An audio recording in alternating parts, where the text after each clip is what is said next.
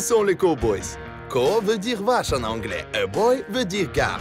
Donc, littéralement, c'est un gardien des vaches. Mais ces gares-là sont réputées pour des autres choses. Nous sommes habitués à imaginer des cowboys comme les gardiens du Far West qui tirent bien, n'ôtent jamais leur chapeau, boivent beaucoup, se battent avec n'importe qui et enfin galopent à chevaux sur l'arrière-plan d'un beau coucher du soleil. Mais pour apprendre ce qui sont les cowboys en réalité et pourquoi les cowboys équatoriens sont célèbres, nous avons quitté les forêts vierges et nous sommes allés en montagne. Les Andes légendaires font partie de la plus longue chaîne de montagnes du monde qui est située en deux continents, l'Amérique du Nord et l'Amérique du Sud. Ici, aux montagnes de l'Équateur, nous rencontrons les meilleurs cavaliers du monde, les dompteurs de taureaux, les chakras. Je m'appelle Dima et vous? Moi, je suis Rocky Javier Bustamante. Rocky Javier Bustamante, enchanté. Bienvenue chez nous, entrez-y. Mon Dieu, comme tout est beau et pittoresque. C'est vous le propriétaire? Oui, j'ai le propriétaire de cette hacienda. Une hacienda est un grand domaine ou une ferme où l'on élève le bétail. Les animaux sont gardés par les chagras, les cowboys équatoriens. On peut les reconnaître facilement par leur sombrero, leur lasso et leurs compagnons fidèles, les chevaux. Bonjour, votre nom? Gerardo. Manuel Cuchan.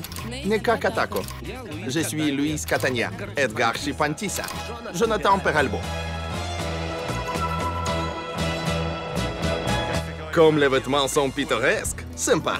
Le costume de chagras, c'est un sombrero, une écharpe et un poncho.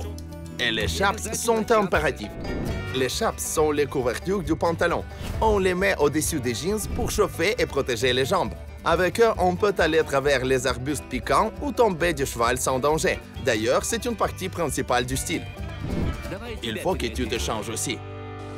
Je me transforme en un chagrin, un vrai cow-boy équatorien. C'est le poil de quoi? C'est un bouc blanc. Le poil de bouc. Tenez-moi, s'il vous plaît. Il y a des petites poches ici, pour une boisson forte. Alors les chagras prennent un verre de temps en temps? Mais oui, les chagras boivent beaucoup. C'est notre mode de vie et une partie de chaque fête. Il fait froid ici, donc on se sert de ponchos aussi. C'est un poncho de laine de mouton. Formidable, j'ai si chaud. Et une écharpe, bien sûr. Est-ce que je manque quelque chose? Mais oui, le sombrero, c'est impératif. Ça ne va pas sans sombrero. Et enfin, les éperons. Les éperons? Mais ils peut-être ne sont assortis pas au basket moderne, n'est-ce pas? Mais autrement, tu ne pourras pas maîtriser le cheval. Mes amis, ce sera très original. Je suis le premier chagrin qui met les éperons sur les baskets. Malheureusement, ils ne chaussent pas. Vous avez d'autres tailles? Ce sont les plus grands que nous avons. Essayons encore une fois. Tes chaussures sont trop larges. Les éperons ne se ferment pas. Nous sommes presque là. Regardez, vous avez un tournevis? Je les mettrai donc. Il faut couper ton pied pour que tu puisses les chausser. Je parie une bouteille de vodka que je les chausserai si tu me donnes un tournevis. S'il y a de la vodka, on fera tous un tournevis. Lorsque j'ai parlé de vodka, tout s'est amélioré. Et la taille chausse maintenant. Faites de vos mieux, gars. J'ai parié en demi-litre d'eau de vie. Ça y est! La bouteille de vodka sera à vous, si vous chausserez l'autre aussi. 2 bouteilles donc. D'accord, 2 bouteilles. Je vois que vous aimez prendre un verre. Il fait froid ici, alors il nous faut. Avec de l'eau de vie, ça marche plus vite. Vous allez casser ma jambe. Ils font leur mieux, vraiment. Ça y est, c'est prêt. C'est pour la première fois comme ça. D'habitude, nous mettons les éperons sur les petits souliers comme ceci. Alors, mes amis, je propose une nouvelle idée créative aux fabricants de chaussures sportives. Les baskets à la mode de chagrin. Gars, un beau jeu, beau retour. Ma promesse. Le Dieu te payera. 40 degrés. À ta santé. On les débouche tout de suite. Ce sont des chagrins. Je propose un toast. Je suis un chevalier que tous les taureaux craignent. Alors on m'appelle un chagrin et les chagrins sont toujours avant tous. Vive les chagrins! Salut! Vive les chagrins!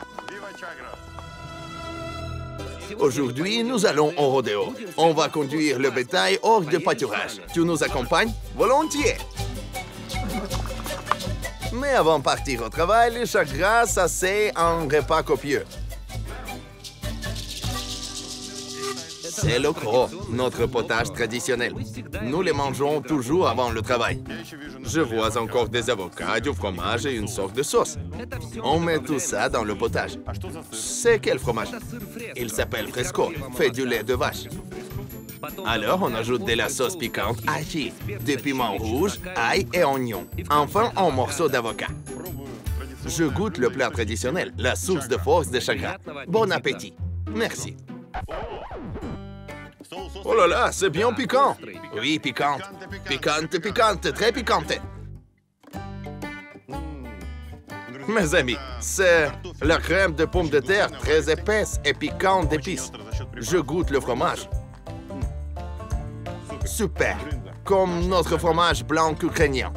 Ça tout se marie parfaitement. Il faut prendre de la force avant le rodéo. Nous avons beaucoup de travail ce jour-ci. Pour nous, le mot rodéo sonne comme un amusement. Oui, tout le monde connaît le rodéo des États-Unis. Là-bas, c'est un sport. Mais chez nous, c'est le travail quotidien et notre vie. Le verbe rodéa veut dire entourer. Nous devons entourer et conduire le bétail dans l'enclos. Vous laissez le bétail paître librement sur les vastes blancs. Et ensuite, il faut les ramasser. C'est comme ça. Notre bétail n'habite pas à l'étable. Il broute tout le temps aux montagnes. Seulement quand on a besoin, on les conduit à l'enclos. Par exemple, si un animal est tombé malade ou il faut l'inoculer. La partie délicate, est-ce que nous n'élevons pas des taureaux ordinaires, mais la race qui s'appelle Bravo. On les utilise pour la course des taureaux. Et le taureau Bravo ou les taureaux pour la course sont particulièrement agressifs. Même les vaches de cette race ont l'instinct inné d'attaque. C'est une race très obstinée, forte et brave. Il faut être très prudent avec elle. Tu verras tout toi-même. Allons au rodéo. Mais tout de suite, les chagrins m'étonnent encore une fois. Vous savez ce qu'il faut prendre à la rencontre d'un taureau furieux? C'est une guitare.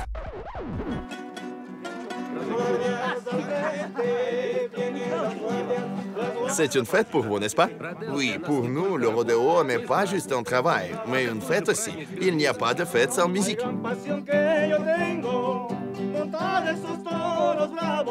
Alors, montons les chevaux.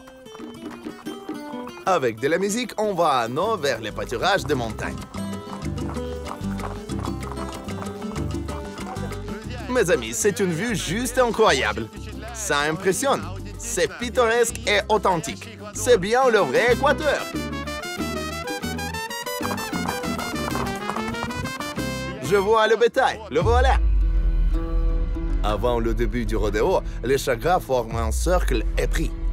Il est difficile à deviner comme ces taureaux-là sont dangereux. Alors, il vaut mieux prier avant de s'approcher d'eux. On prie pour qu'il n'y ait pas d'accidents. Et les accidents ne sont pas rares ici. Un taureau qui est devenu sauvage en plein air peut renverser un homme avec un cheval. Alors les chagrins doivent être très bien arrangés. Ils doivent être des cavaliers parfaits et ils doivent comprendre la conduite des animaux. Dans quelques minutes, ils entourent le troupeau en foule et ils commencent à conduire les taureaux à la direction nécessaire. Le plus difficile, c'est ramasser ceux qui sont à la traîne. Dans ce cas, les chagrins se servent de l'assaut. Ça impressionne. Comment ils le font accourir? Enfin, tous les taureaux et vaches sont à l'enclos. Mais ici commence la partie la plus difficile du rodéo, pour laquelle on l'a organisé. Le bétail doit être inoculé et marqué. On pourrait comparer le travail de ces gens à celui de nos gardiens du bétail Hutzul, avec qui nous faisions le fromage et gardions les vaches de la façon pareille. Les vaches se promènent où elles veulent et puis les gardiens les ramassent. Mais nos vaches sont domestiques et tranquilles. Ces animaux-ci sont assez agressifs. La conduite des animaux manifeste comment ils sont différents de nôtres. On s'approche de nos vaches ukrainiennes sans peur. On essuie les mains sur la queue La serviette des Carpates. Je crains que cette serviette me sale davantage que je m'en sers. Non, non. Mais ces bêtes à cornes féroces ne sont pas faciles à dompter. Nous allons inoculer et marquer les animaux. À quoi bon ces marques? Il y a beaucoup de fermes ici. Chaque animal doit être marqué pour qu'on sache lequel est à qui. Donc c'est une sorte du cachet familial? Oui, c'est le cachet de notre ferme. Laissez-moi voir.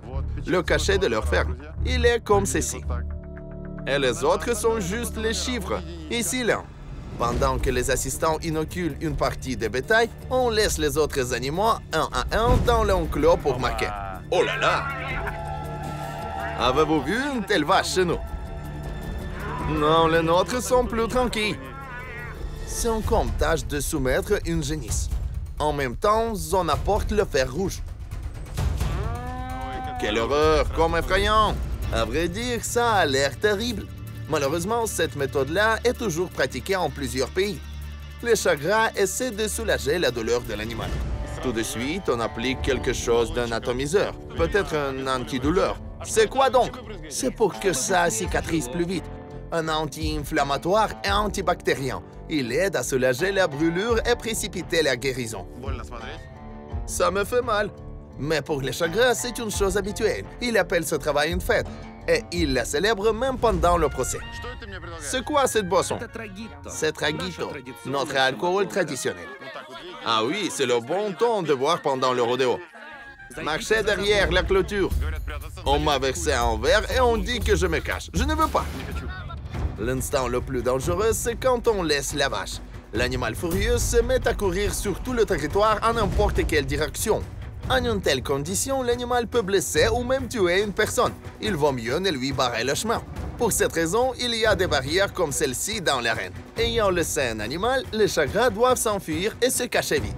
Celui qui n'a pas couru jusqu'à une barrière saute sur la clôture. Peu de temps après, on amène un autre taureau. Regardez comment ça se passe. On attache une corde au corne du taureau, on la fait passer à travers cet arbre-ci, on l'attend très fortement et on dit à tout le monde de se cacher. Oh là là! Je n'ai pas réussi à sortir. Je suis resté dans l'arène et maintenant je suis sur cet arbre. Il est vrai de dire qu'on peut monter n'importe quelle hauteur en un cas comme ceci. Le bourvillon est enfin maîtrisé. Alors, on l'a attaché. Je suis hors danger. Je saute en bas. Qu'il est grand! C'était le rodéo équatorien. Pas de gradins, pas de milliers de spectateurs et pas de paris. Mais il y a donc des taureaux en colère. Ce n'est pas un show pour le public, mais une partie de la vie quotidienne et un travail actuel. À la corrida, un taureau est rendu furieux par une cape rouge, mais ici par un fer rouge qui est plus fort. Un animal enragé par la douleur peut renverser n'importe quoi qui barre son chemin et attaquer n'importe qui. Les plus inattendus sont les musiciens qui se mettent à jouer des mélodies traditionnelles. Ici, la marque. Et ce gars-ci remplit les verres. Pourquoi fais-tu boire tout le monde? C'est une tradition pour travailler mieux. À vrai dire, tout ça me semble un peu absurde. C'est comme si nous nous sommes trouvés au tournage d'un western trop bizarre. Ce n'est pas possible qu'ici, en Équateur. Oh là là! Un taureau s'est échappé. Un énorme taureau a cassé le portail. Il a couru dans l'enclos et il s'approche du caméraman. Heureusement, Sacha a réussi de monter la clôture et le taureau a rejoint le troupeau. Un taureau sympa, presque 500 kilos. Il est un descendant de taureaux qui ont pris parti à la corrida en Espagne. Un taureau coûte combien? Environ $800. Et un taureau reproducteur peut coûter jusqu'à $1000. Il y a des fermes où l'on vend des taureaux de race à 30 ou 40 000. Le prix record d'un taureau à la vente aux enchères était $1,5 million. C'était un taureau reproducteur si bon que beaucoup de fermes voulaient l'avoir pour qu'il produise une progéniture très robuste. Éloignez-vous! Eh bien voilà le vrai rodéo équatorien, plein de risques, alcool et musique. Ces cow-boys-ci ne craignent rien. Ils littéralement vivent en selle et peuvent prendre un taureau par les cornes. Et maintenant, nous allons apprendre comment les chagras deviennent si habiles.